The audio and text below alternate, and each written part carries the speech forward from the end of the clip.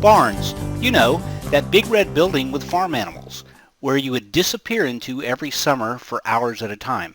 So did you know that barns aren't just used for farm animals any longer?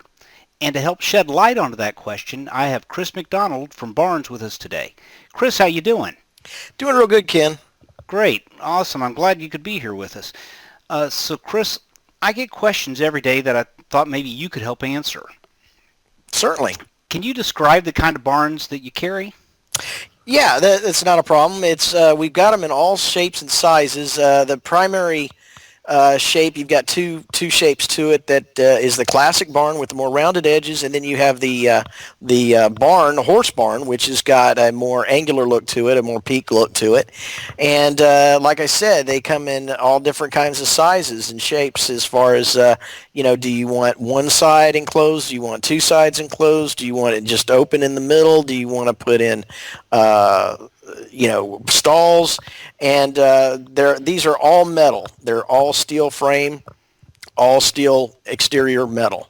There's three different roof types. You've got your regular style, which has a more rounded look to it. The eave actually kind of rolls over the top of the leg about 6 or 8 inches. Then we have the boxed eave, which is a style where it's looks more like a house. It's got an overhang on it about 6 inches on each side.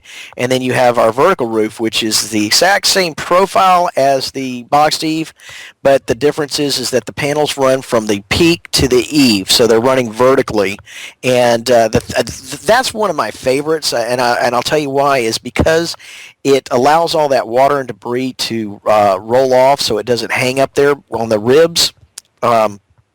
And the other thing that I like about it is that it has additional strength to it because it's got 4 hip channels, primarily to allow somebody to be able to screw those panels into gives it something to hold on to, but it also strengthens the structure. Okay, all right. And as far as sizes go, you said it's pretty much all sizes, but what's the biggest barn that you know of that you guys have constructed, or? Well, the biggest one that we've done so far has been a 54-foot wide, and that's what that is that's got 2 side lean-to components to it, which are 12-foot wide, and then a big 30-foot wide section in the middle that was 12 foot tall in the middle, and then it went for 82 feet. Wow. So yeah, it basically what the gentleman was doing was he was building out for a chicken production plant, and so he needed a lot of space and a lot of long space. So we took 2 of our basic units and connected them together for a small fee. So as you can see, you can go as long as you want on these. Okay, you just keep connecting and building out. Okay. Exactly, right. just kind of like Legos. Okay. How long have you been providing barns for the area? Since 2003. Okay, so we've been around for a while. Okay, yeah. So you had the experience doing this, and it's that's fantastic.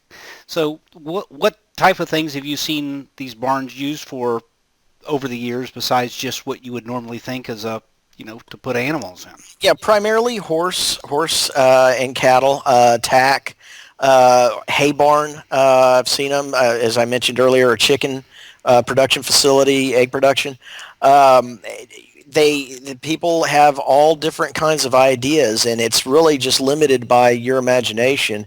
I've seen people come in and they've made them into for dogs, the kennel type of thing? Kennels, yeah. They've turned them into kennels. So it's just really whatever the customer wants to do with them. Okay, well, fantastic. So if somebody's ready to get started, what do they need to do? Well, first thing they need to do, obviously, is to pick up the phone and give us a call. Be glad to talk to them about any questions they may have, any concerns. We can also give them some advice on how to install it, where they're installing it, We can give them advice on the look, the style, wind bracing, any of that kind of stuff. So once we get through that process, going back and forth a little bit with them, and then once they've decided to, exactly what they want and how they want it done, we'll take about 5 or 10 minutes to fill out the order form and get it to them, and then we do the down payment, and we're good to go. Okay, so as far as the installation, is that's something that you guys do, right? Exactly. The prices that we give include delivery, free delivery, and installation.